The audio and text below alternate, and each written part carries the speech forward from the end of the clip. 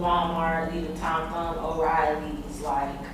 Yeah, so I started, my first job out of high school was at Walmart.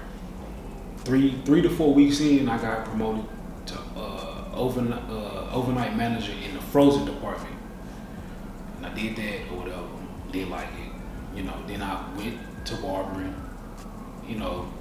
quit that, and then went back to retail because this is stuff I know. So I wasn't trying to find another field, so I went back to retail, Tom Thumb overnight, using my experience that I had from Walmart, got hired on as an overnight manager at Tom Thumb.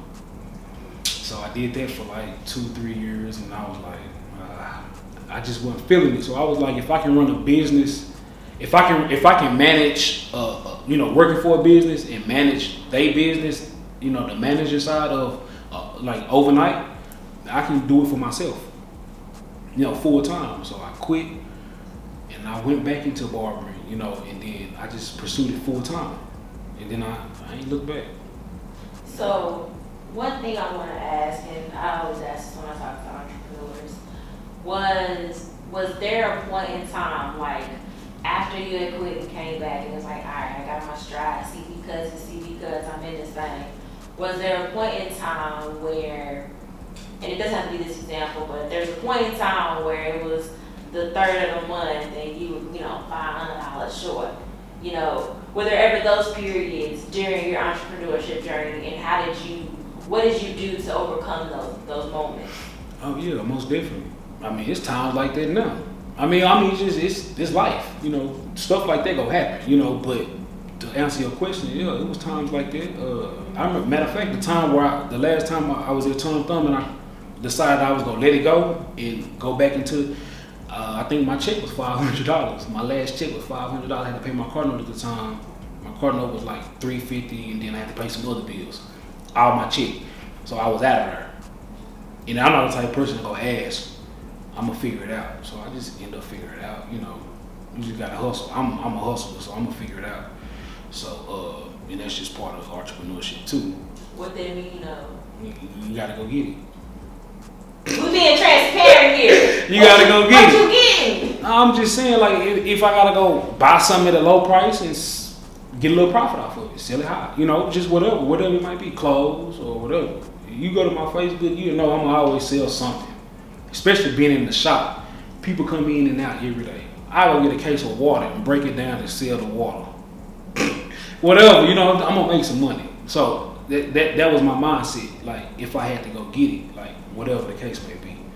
So, but I'm not gonna like just stop or just give up and crash out. Why? You just gotta keep going, especially when you got things to take care of and people depending on you. You can't stop. That's why you can't stop. Gotcha. So, I want to make sure. I got a question. Okay. So we talked about it a little bit, but when you first decided to kind of branch out and be CBcutz and not just a barber in a shop, what were, like, we're gonna talk money. What were some of like the initial investments you had to make for CBcutz? You definitely gotta invest in yourself, especially being a barber. You gotta get the best clippers on the market. You gotta get the top products to provide a nice cut. You can't just go in with cheap clippers thinking. You can cut with cheap clippers or whatever and produce a haircut, but you want it to be top notch, so you can charge top notch, so you can get paid what you're worth. So you gotta invest in yourself. So talk about that. You said something that a lot of people struggle with in the beginning, charging what you're worth. What does that look like? Because I know a lot of people get caught up and it's like, well, I'm just starting out, so I can't charge this or charge that. Like, what does that mean when you say charge what you're worth?